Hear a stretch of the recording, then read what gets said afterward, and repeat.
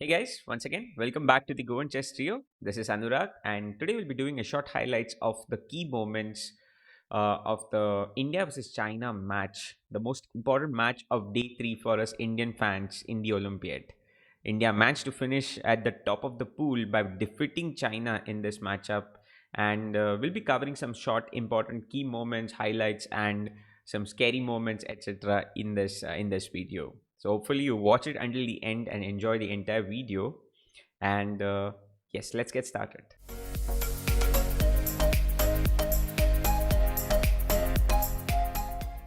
So first up, the games between Vidit Gujarati and Ding Liren on board one, and Koniro Hampi and Hui Fan did end up in very simple draws from the opening itself. It was a very dry position with nothing elemental about it, so we decided not to show it here in the video and focus on the games where there was something really worrisome or exciting for us in the match. So in the first game here, we have Yu Yanji with the white pieces against Hari Krishna. And in this current situation here, let's say after being to c5, you see that white does have a strong pair of bishops to play with, and that is not something good to see, especially when you see the caliber of these players. They are at the elite level, and for these players, a simple bishop pair is good enough to convert the position. So it was a little bit scary, but after king e2, black played this excellent nice response with rook b8, Hari coming up with this move. The idea is that bishop into f3 and rook into b2 is the immediate threat, and knight d2, bishop d5, b3 was met with knight c6, improving the knight's position. And after rook b1, we had knight d7. Hari played excellently after this. Now, don't get too excited about the move e4 because there is indeed knight d4. That would not be too good for white. And after this, Hari played a very nice game and held a very simple draw. He made it look very easy for, like considering the bishop pair, he made it look very simple with the two knights, held his own, and gave us the well required and deserved draw.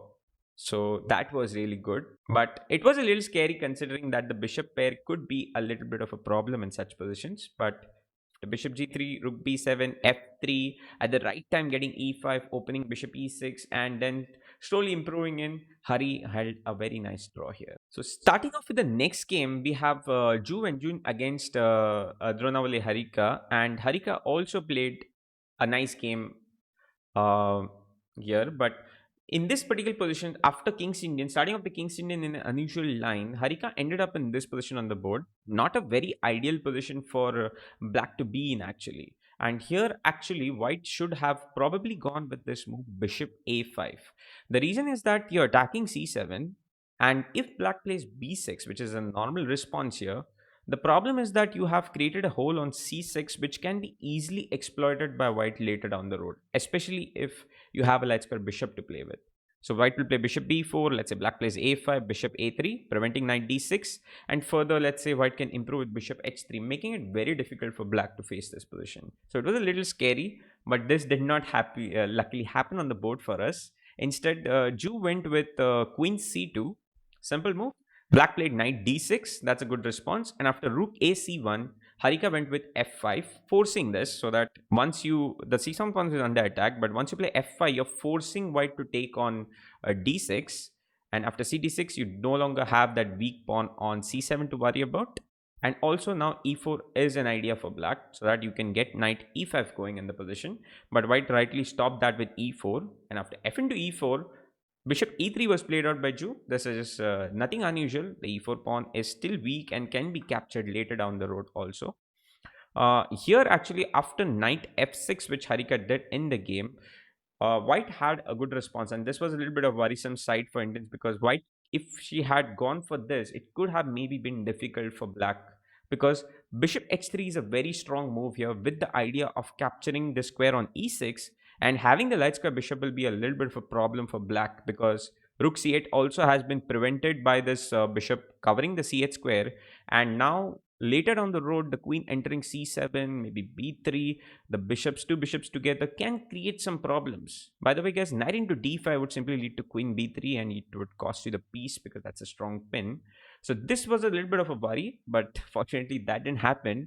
And after bishop into e4 played on the board by Ju, things were very simple because Harika immediately snapped that bishop on e4. You don't want a light square bishop to play with black pieces here.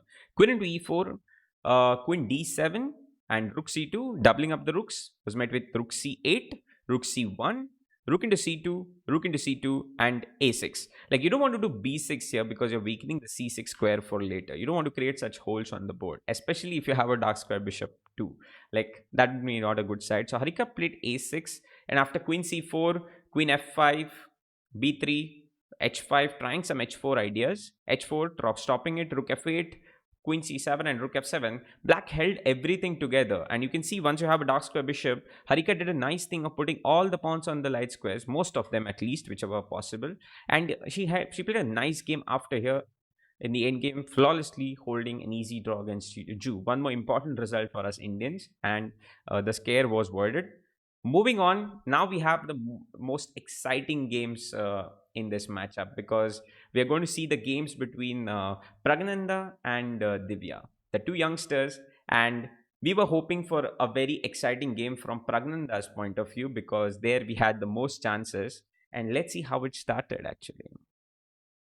So coming to this game between Pragnanda white pieces, e4, e5, knight f3, and knight f6 played out by Luyan. I think he was happy. He was happy to equalize and take it into something which is a very equalish position, so he could hold a draw or press easily. But Pragnanda, like, this was an exciting moment for us because after d4, it was clear what Pragnanda was heading for, because it was easy to tell that he wanted complications and he was possibly going for the win.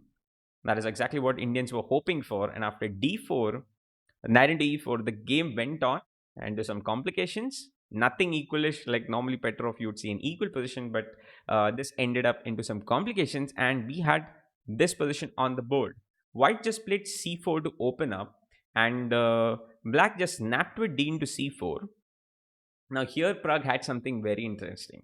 Very difficult to see for white, and it's it's not that easy actually, but we'll see it nevertheless. Actually, e6 was a move that was possible in this game. And the point behind e6 is that after f into e6, white intends to go with rook a d1, a brilliant move, crazy, but we will see the highlight of this idea in a move or two, because the point is that black cannot take ef5. We have a bishop on e7 which is vulnerable, unfortunately. And if black tries to improve, you can see that black needs to do something here. If black tries to maybe move out as knight and try to get something, we see the point of this move, rook a d1, because queen e5 is targeting this b8 square. The king is pretty weak here. And now bishop d6 is not unfortunately possible because the rook on d1 covers that d6 square. And that's the key idea of this move, rook a d1 there. A crazy move, but the point is bishop d6 is not possible anymore. And if black tries to do something else, for example, let's say it tries rook e8 waiting. Now the point is clear, f into e6, knight c5, and again queen e5 is too strong of an idea to deal with, because bishop d6 was a defense, but rook a d1 does the good job of covering that d6 square. Interesting idea, but Prague did not go for that because it's a shorter time control, and in a classical game maybe we would have seen it, but a nice move nevertheless. Queen into c4 was played, after which queen b4, queen into b4, bishop into b4. The game proceeded further, and we had this position on the board where Prague is having some difficulties, to be honest. Black did play well, and Prague had some difficulties. And here, actually, black went ahead and, since the time was less, tried to release some tension with f into e5. Not the best move, but trying to release some of the tension and make it a little bit easier. We know that Prague can be very good in complicated positions, and I think that was at the back of black's mind. He was trying to make it a little simpler. Now here once again Prague went for rook g4, which was actually a mistake, and this would have this actually led to a little bit of a worse position for white, where black should have gone for this move e4. The point being that if you go bishop d8, e into f3 immediately costs us this, the two pieces are under attack and just immediately cost Prague a piece. So white would have to go with knight g5, after which rook into f5, let's say knight into e4, knight into e4, rook into e4 and g5. And you can see that we have an extra c6 pawn to play with here. White is, black is simply a pawn up and can press easily in this position. Prague would be fighting for a draw in this game, but fortunately after rook g4, black didn't do that. Black went with bishop f6 on the board, And the game went on, but first let's see what Prak could have done better. He could have easily captured rook e5 and kept it simple, because after rook e5, knight e5, bishop h4, rook h4, white has an equal position, some tactical ideas up his sleeve always, but uh, at least it's not worse for white at all in this position. But that didn't happen. Prag, with his usual style of play, went for the complications, and the game went on. It's a fast game, guys, so you do expect inaccuracies. And after a lot of tragic comedies, we had something like this come on the board finally. White has the h pawn as a pass pawn here, and after knight h5, rook h7 was played by Prag. Now it is definitely better for white already here. Knight f4 repeated, and here Prag went with h4. Once again, low time on the clock. You expect inaccuracies, but h4 was played. Knight f7 would have been much better, because this plants knight d6 check, capturing the b7 pawn, and it's difficult for black to actually deal with this threat. King c7 would be met with knight into e5, discover attack, and win the pawn. But Prag missed out on that and went with h4, rook d8, and yada yada yada. The game went on, but we had this position on the board finally after a lot of moves on the board, and black went with king a7. He could have done better with king c7, but that would be another story. King a7, and a lot of excitement building up here. All the Indians are watching, and rook e8 played out by Prag. Very nice there. Trying, that's the best try for white, getting an outside pass pawn to play with, and it is black now who needs to be very accurate with his play. King b6, f4, the pawn is pushing, and one important thing to be seen here is this: rook on the e file does an important job of shielding this king's entry towards the other side. So it's doing the work of cutting off the king, and that was very useful, because after rook d6, let me just quickly remove these arrows, and rook e2, preventing any sort of counterplay. Rook d2 was a threat. Rook e2 prevents all of that. Rook d1, f5, and black did rook g1. Now this is actually an inaccuracy, but I think white was a little bit worried about rook f2 coming here with the help of the king, and this pawn easily progressing. So he went for checks, but I think this helped Prag even more, because the king now is on his way. Rook f1, king g5. This only helped white. King c5, f6, king d4, king g6, and very nicely played here by Prag without making a single mistake here.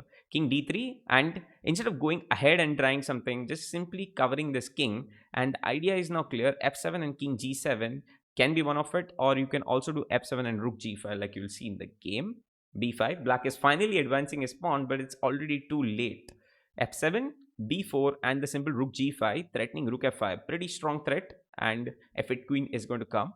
So rook into f7 sacrifice, king into f7, king c2, rook g2, king b1, a3, b into a3, b into a3, and Prag played very nicely without any flaws. c5, king e6, and we have a nice endgame thing that you can see here. King c4, c2, rook g1 check, perfect. Not rook into d c2, because that would lead to king d3 and king c4, and you have the a pawn draw here. But rook g1 check, c1, rook into king b4, and the king is just not reaching in time to c4, and Prag went on to win.